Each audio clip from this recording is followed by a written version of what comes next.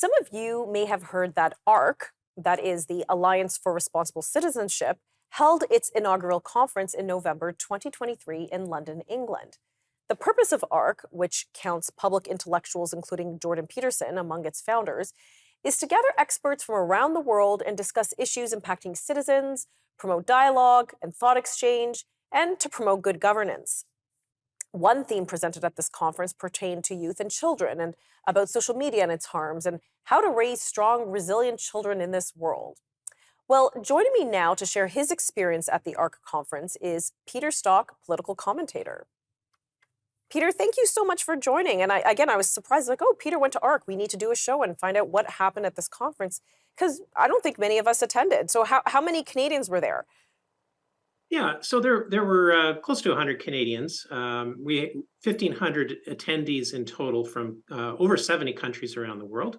It was a fantastic event, and it comprised everybody from former and current politicians to academics, nonprofit think tank leaders, and a whole pile of other people, artists, news media, and other commentators. It was just a great experience. Oh, okay, wonderful. And it was a 3-day conference, was it? Yeah, 3 days, 3 full days, and actually it ended with quite a bang because the conference moved over into the arena next door, the O2 Arena in London, which holds 20,000 people, and they had a sold-out crowd to hear Jordan Peterson speak that evening. So Oh, he's quite a wow. popular man overseas. Yes, he's doing, I think, his tour in Europe right now. So I keep following him on Twitter. So that's phenomenal. So I appreciate you sharing like the type of attendees that came. But what did you feel is the main thrust of this conference? What is ARC trying to accomplish with these conferences?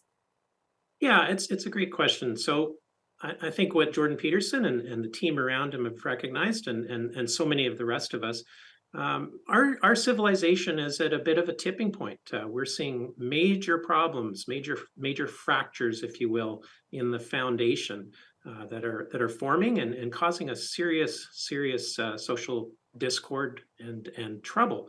And so Jordan Peterson, rather than saying, "Oh well, let's just live with it," is saying, "What could we do better? What's a better story to be telling our civilization? Where should we be going in the future? And if we can get together and agree on some of those approaches, maybe we can turn things around."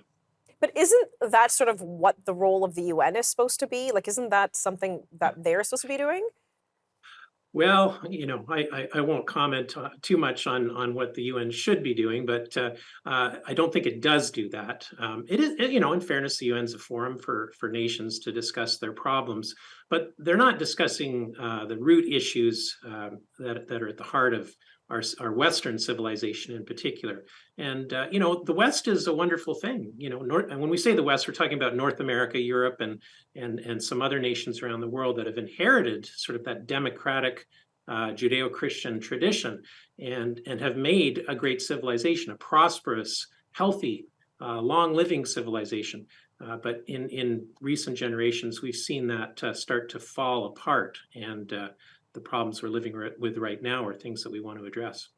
So let's talk about some of those things. What were some of the more prominent themes at this conference? Did they have workshops that focused kind of on more different areas, or share with us?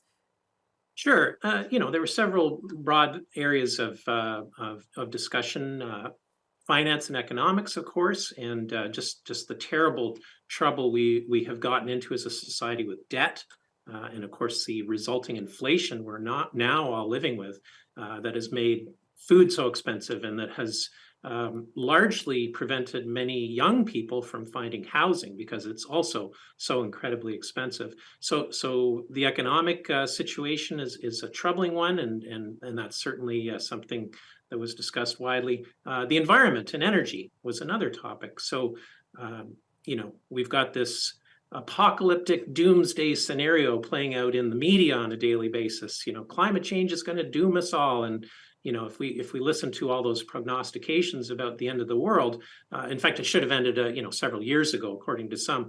It hasn't, and so solutions were offered in that area as well. And then, of course, social policy is a big one. What are we doing to our children? How are we raising them? Hmm. Mental illness, those sorts of questions. Okay. Well, Some big issues there. we're going to pause for commercial. We'll be right back.